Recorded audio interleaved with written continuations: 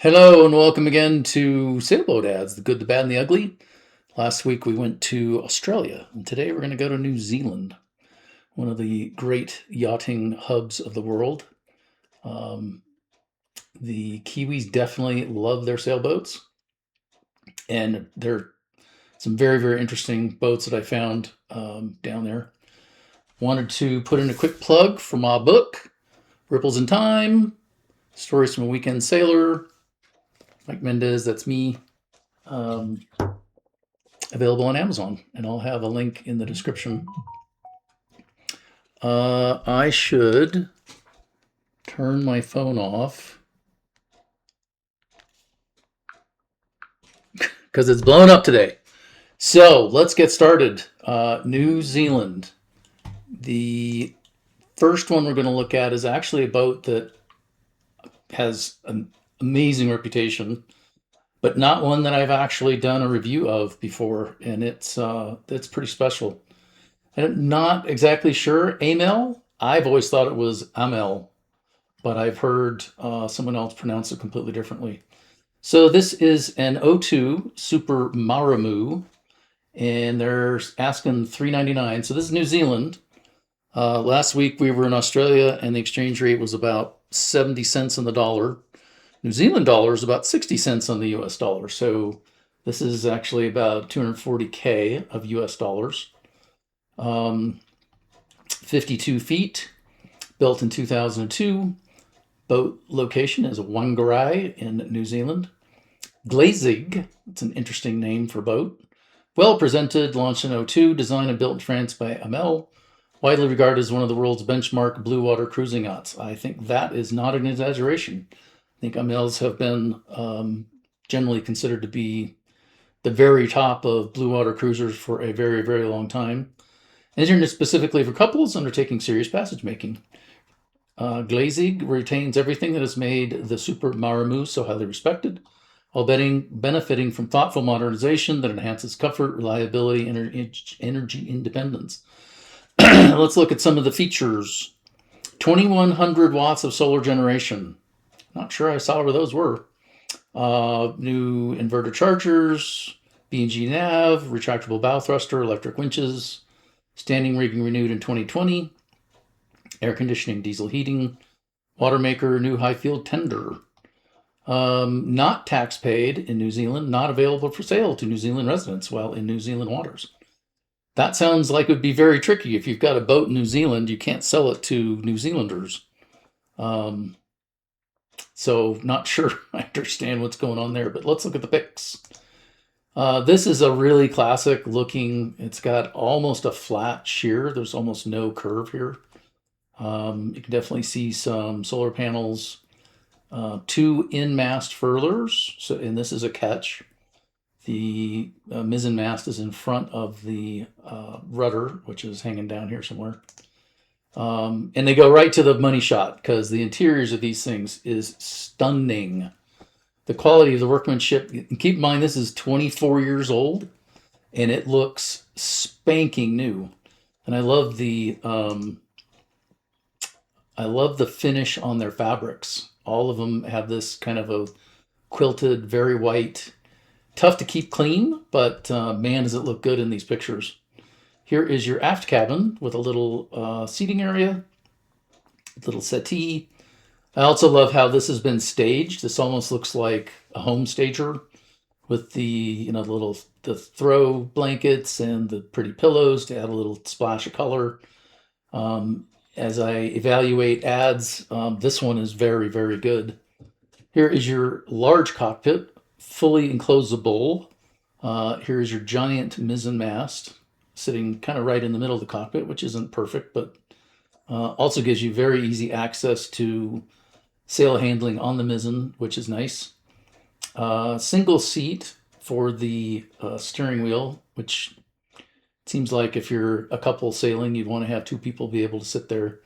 This is a hard dodger, so this boat would definitely be warm and dry. So here you have a little peninsula. We're back in the main cabin again. I prefer, when they do deck pics, do all of your deck pics together. and then do all of your interior pictures second. This is really a lovely galley. I mean, you've got a nice big, is that a 2-burner or 4-burner? It looks like there might be a griddle here in the middle. Double sink. I'm betting this is cold storage. This is cold storage. And again, even though this boat is 24 years old and has probably got some miles under it, this, and galley is usually an area that sees a lot of wear. This is not showing any wear. Those look like some purpose-built spice bottles, which is a very cool idea. Here's your little throw rug again. I love that. This is the other side. It's a pretty settee. Again, they put some nice little touches in here just to warm it up. We've got a dedicated nav station across from your main eating area with a screen and some electronics. And it looks like a flip-up lid here where you can put full-size charts in. Very well thought out. So this is in the passageway from, the main cabin to the aft. And that looks like a nice little sea berth. And here's your aft cabin again. And again, I love the white finishings here. The accent pillows, throw blanket. And yeah, what a pleasant place to sleep at night. One thing I don't love about this arrangement, of course, is that if you're a couple sleeping here and someone has to get up in the middle of the night and they're on the wrong side, they're climbing over their partner, which I wouldn't want to do. Little closer look at, I would say it's a makeup station, but there's no mirror. There are 2 heads on the boat. They look very similar, but notice that this one has a port light, the other one will not. But the basic layout will be the same. Nice use of a mirror, which makes it look twice as big as it actually is. These are not huge heads for a 53-footer. This is obviously going to be on the other end of the boat. This will be forward. You've got 2 singles. Hard to tell whether this has some kind of setup for, making this into a giant queen. There's a nice overhead hatch, and it looks like there are 2 port lights. So here's the other head. Notice that the port light is not there. Otherwise, it looks like a very, very similar layout. You do not have a dedicated shower space. You're going to pull the curtain around and use a shower faucet from somewhere. I don't see where it is. They're usually tied in here, but this one does not. Now we've got an exterior, so 2100 watts. Hard for me to imagine that that's 2100 watts on that solar arch. Looks like far less than that, but what do I know? Here's a nice Chamber of Commerce picture, somewhere exotic and beautiful. And that's the end of our photos of the Amel. Let's move on to a funky looking boat, which I actually kind of like. This is a center cockpit ketch, also a ketch. Asking price only $60,000. So again, this is 37,000 US dollars. Not a massive amount of information here, but it's a 45-footer. It has almost 12,000 kilograms. So that's going to put you at about 25,000 pounds. This is a substantial girl.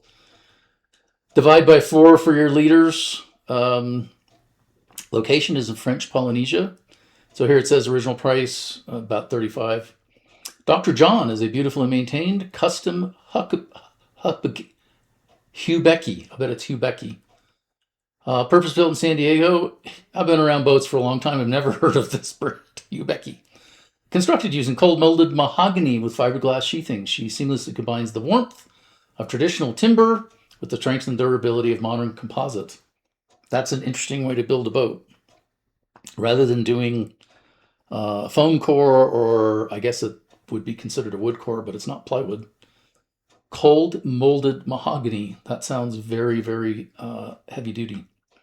Recent refit is transferred into exceptionally capable long-range cruiser. Major upgrades, including a comprehensive overhaul of the reliable Ford Lehman diesel, new standing rigging, new lithium battery bank, twin 300-watt solar, below deck layout, da-di-da-di-da. Let's go look at photos.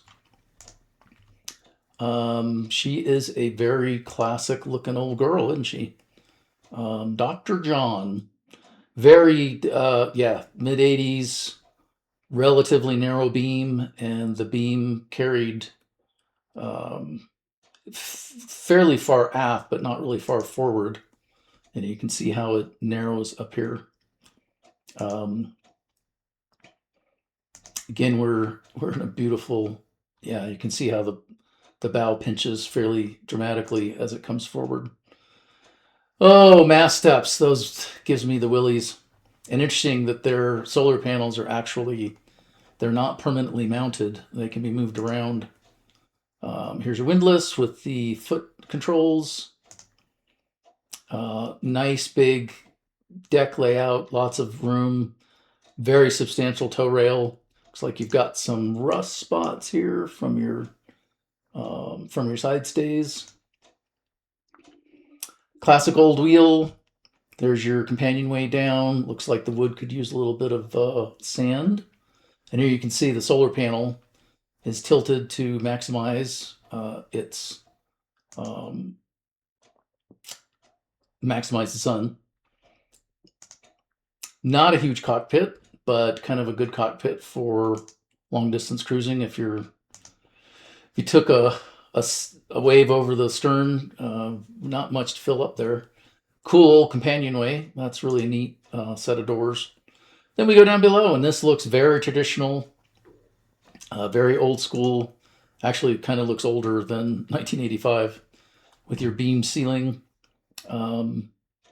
Fairly cozy double berth there for two. Here is your galley, and a better picture of the galley. Double sinks.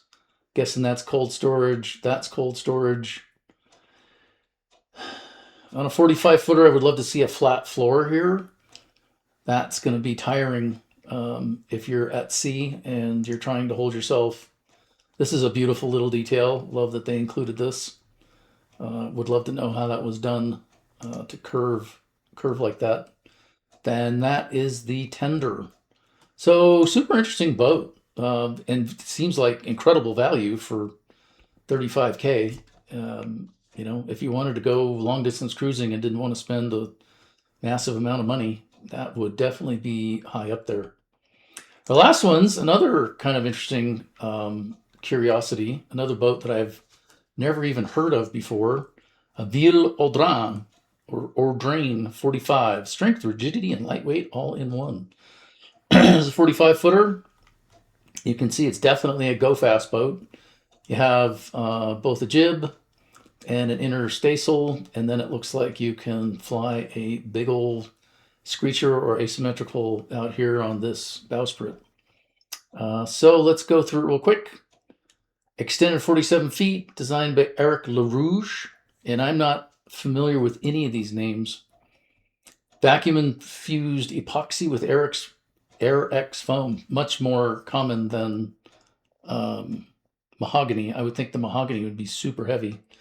This boat is 22,000 kilograms, even though it's got two hulls, considerably lighter than the boat we just looked at. 2014 underwent extensive retrofit. Many systems replaced. Spent more than 190k euros. That's $220,000. Then there was a second refit. Oh, there's actually first refit phase. This is 16-17, but in 214. So interesting. New D130 engines and sail drives, new generator, completed electronics replacement, new lithium battery bank. So a lot of this has been updated and replaced in the last few years, which I think in part helps a little bit with the asking price. So 575 New Zealand, 290. So you're looking at 320,000 to 330 US roughly, and that seems like a lot for this boat. Let's go look at the interior because it's there's not a lot of room in here compared to, you know, even a performance cruising cat that you could get from other brands today. And I'm not talking about you know, the condo Morans. Full enclosure, that's cool. You've obviously got a foredeck tent, also cool, literally. This obviously is a very pleasant place to have a meal. Could see you hanging out in Tahiti somewhere. Interesting door arrangement in this day and age where we've got these huge doors that all open up, and you've got the inside and outside spaces kind of flow together. This is definitely not that. This looks like a really tricky door to build. Wood surround with a nice oval. Here's your double bench. I like that. Looks like good electronics package. Nice big GPS screen. And then we go below, or in, I guess. Wonder if you can stand up in here. This, obviously, when you're sitting over here, you cannot. But looks like you could just barely stand up. I'm not very tall, so I could probably stand there. Pretty squishy for a main salon. And this is a little settee area directly to the port of the eating area. Yeah, there you go. It looks like you've got sort of a nav station. I don't think you could put your feet there and turn around and face those screens. You have to sort of do it sideways. And these, for a 45-footer, even for a boat that was designed 25 years ago, pretty tight spacing in here. It looks like a 4.5 berth, but yeah, once again, you're climbing over your partner to get out in the middle of the night if you have to. This is funny. Mini. Yeah, boy, that's a mini washer dryer for sure. Sorry. Looks like you have a little workspace. Maybe a cabin forward. Hard to tell from that photo. Then we've got a head. It looks like only a one-head boat with a separate shower stall, so that's cool. And old school, kind of, it looks like Formica, but in good shape. I mean, for a boat that's this age, it has aged well. Here is your actual potty. And that looks like a shut-off valve right there. Good idea to have that really easy and available. Here is the galley, which looks really functional. I love galleys down in boats like this where you don't have huge hulls and you don't have a huge salon area. Having the galley down, just you get tons and tons of counter space, although they've taken it up with this drying thing. Oven. I don't see cold storage. Maybe in there. Maybe underneath this. But it looks like you walk through to another cabin, either forward or aft. So really just a super useful galley space. And here's another cabin. So it looks like 2 decent cabins for 4. There may be another one tucked away. Here is your newer Volvo. And that's the end of our slideshow. So if you wanted a go-fast boat, my guess is that this will outperform just about any other cruising cat that's out there. You can see that the hulls are very thin, very fine entries. And yeah, this thing will probably outperform most boats under 50 feet. Did it say here how fast it had gone? No, that was another one I was looking at. Yeah, I'm guessing that on a reach, this thing would easily be, mid-teens. You go 15, 18 knots in this baby all day long in a 15 to 20 knot breeze with your Genoa up. So interesting boat. Like it. Would I buy one? Nope. I think it's probably a little overpriced, but they've put a lot of money into it. So that's probably it for today. Thanks as always for joining me. Hope you found it interesting. Last week's Australian review actually got a fair number of views, which was nice. Still looking for feedback from anybody. Anybody has anything to say? Should I set my hair on fire? That wouldn't be very interesting, would it? Run around naked. I don't know what to do. Just interested in trying to get more traction and grow the channel.